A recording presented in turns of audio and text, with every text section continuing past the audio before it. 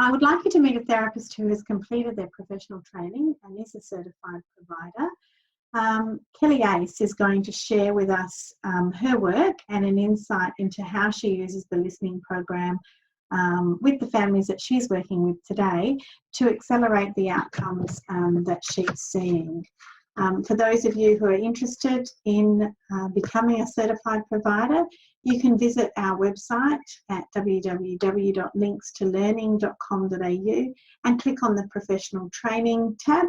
Alternatively, feel free to give us a call on 07 3899 9782. But for now, we're going to move over to Kelly Ace.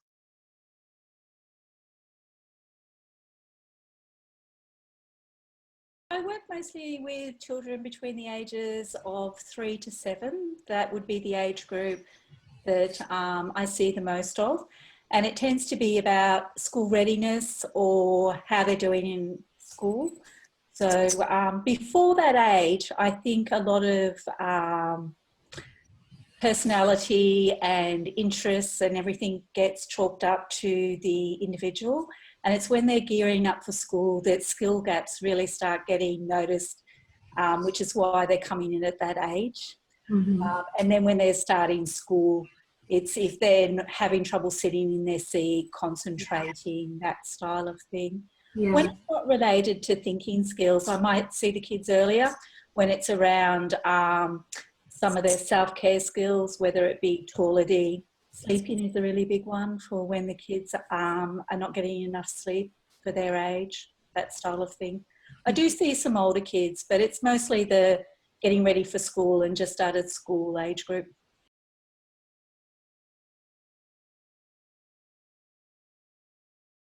A lot of children who are coming in for assessment, we're needing to work out what the issue is, why is it they're coming in. So generally there's some form of skill gap. And then it's working out why that skill gap is there. And I would say about 50% of the kids I'm seeing, it's to do with sensory processing issues.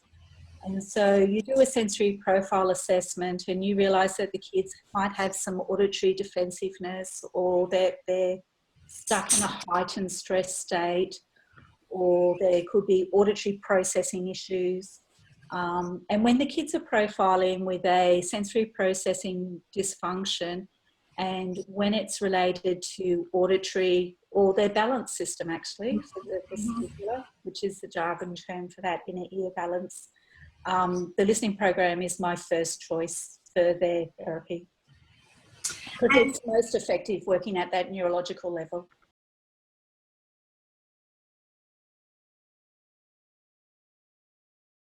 The way that families are involved and do the listening program. So one of the things I really like is it's very structured, and it's like on 5 days a week we'll be listening for a certain amount of time, and then you have 2 days off, and that's the rhythm of the therapy input for an extended period of time. And because you're doing it so consistently, so systematically, so regularly, it adds up to really maturing the nervous system. Whereas if you perhaps recommend a physical activity, it might get done for a week or two, and then sort of other things take priority. And before you know it, 3 weeks have gone by and you haven't done any of your therapy program. So I really like the way the listening schedule works, because it gets done. Yeah. So that is, I think, a big part of why it works so well. Mm-hmm. What you put in is what you get out, and you put in a little bit every day, and it adds up to something really meaningful.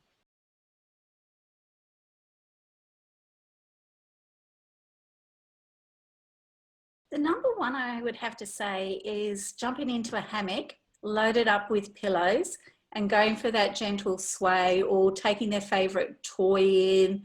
And if their parent joins them, that's just the best of all. Yeah. And if it's after that, sort of that quiet time, they come back almost rejuvenated. So they've actually had a breakout, and it's been a retreat time, and it sort of restores them a little bit. So, but the kids that are active, they don't really go for the hammock because they're not looking for quiet time. And so what I tend to do is recommend that they go for a walk together. So whether it's a bush walk, because where I live, we've got lots of lovely walking tracks. So the kids get outdoors and walking with their parents and doing their listening. And it sort of means there's no competing background noise.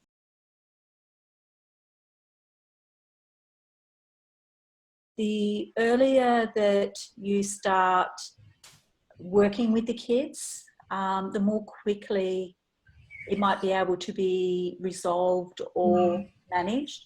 So when the kids are young, you can put in this much input and get this much gain. Whereas for an adult, you might have to put in this much input and you will get changes, but it might only be this. Yeah. So I would say, listen to your intuition. If you've got concerns, perhaps go for an assessment, and the assessment will tell you whether the kid's fine, they just need a little bit more time to grow up, or whether there is a skill gap, or perhaps something more serious might be going on. Either way, it's better to know one way or the other, and then you follow your pathway. Yeah. Thank you, Kelly. You can see up on the screen there Kelly's contact details. ACE Learning Occupational Therapy for Children, or for kids, sorry. That website, alotforkids.com.au, and Kelly can be contacted on that phone number 0459 327 991. And I can say that on a personal perspective, I have seen and heard about Kelly's work, and I've only ever heard good things, and yeah, I think you're an amazing therapist and doing a great job helping many families. So yeah, thank you for sharing all your expertise with us today. We really appreciate it. Thank you so much, Tracy.